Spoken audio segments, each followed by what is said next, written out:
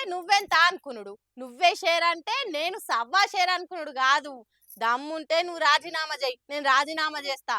ఇగో ఈ ఛాలెంజ్ల ముచ్చట్లే ఇప్పుడు తెలంగాణ పాలిటిక్స్ లో మస్తు ట్రెండింగ్లు ఉన్నాయి.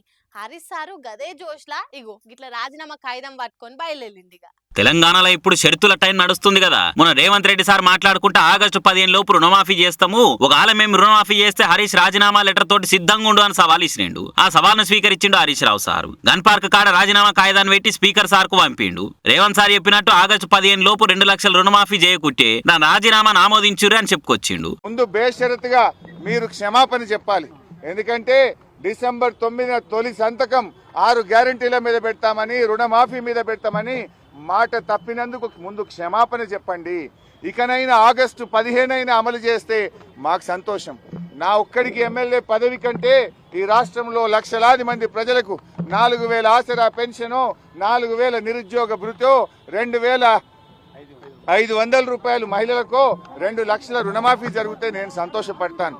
5 ఏళ్ళు నాకు పదవిలో లేకపోయినా కూడా రాష్ట్ర ప్రజలకు మేలు జరిగితే నాకు అంతకంటే ఆనందం ఇంకోటి ఉండదు. అందువల్ల నేను రాజకీయాలకు అతీతంగా స్వచ్ఛందంగా ముందుకొచ్చాను.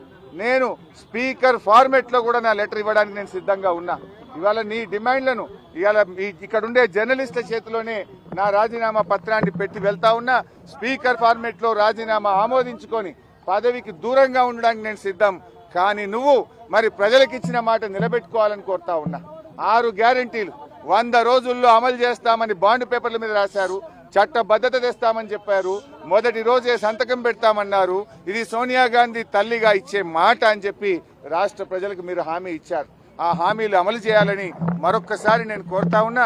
మీరు రావడం రాకపోవడం మీ విజ్ఞత. ఒకవేళ మీరు రాకపోతే ఇక్కడ అమరవీర స్తూపం దగ్గరికి వస్తే పూలు పెట్టాలని మీకేదైనా బేసిజాలుంటే కనీసం మీ స్టాఫ్ ద్వారానైనా మీ రిజిగ్నేషన్ లెటర్ పెట్టండి. నేను ఇక్కడ ఉండే జర్నలిస్టులకే నా రాజీనామా లేఖ విచ్చిపోతున్నా.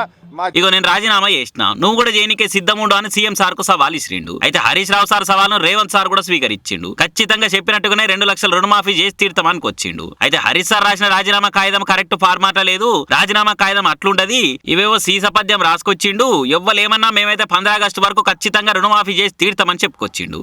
ఇప్పుడు కూడా నేను చెప్తున్నా హరీష్ రావు, నీ సవాల్ను స్పష్టంగా మేము స్వీకరిస్తున్నాం. 15 ఆగస్టు లోపల 2 లక్షల రూపాయల రుణమాఫీ చేస్తా, నీ రాజీనామా రెడీగా పెట్టుకో. రైతు రుణమాఫీ కాదు, ఇంకేంటి ఒక కండిషన్లు చెప్పి ఇవన్నీ చేసి ఇంత పెద్ద లేఖ రాసుకొచ్చింది. రాజీనామా లేఖ అట్లా ఉండదు. నాకు ఎవరో చూపించారు, మొత్తం సీసపద్యం రాసిండు అందులో, వాళ్ళ మామ చెప్పిందంతా. ఇక అదే మీటింగ్ లో మోడీ సార్ను కూడా అరుచుకున్నాడు. అసెంబ్లీ ఓట్లలో సెమీఫైనల్ ఆడినాము, ఇప్పుడు పార్లమెంట్ ఓట్లలో మోడీతోటి ఫైనల్ ఆడుతున్నాము, మేమే గెలుస్తామని ధీమాగా చెప్పుకొచ్చిండు. మరి చూడాలి, నిజంగానే రుణమాఫీ చేస్తే హరీష్ సార్ రాజీనామాను ఆమోదిస్తారా? ప్రభాస్ సినిమాల విడుదల వాయిదా పడ్డట్టు రుణమాఫీ కూడా వాయిదా పడుతుందా అన్నది.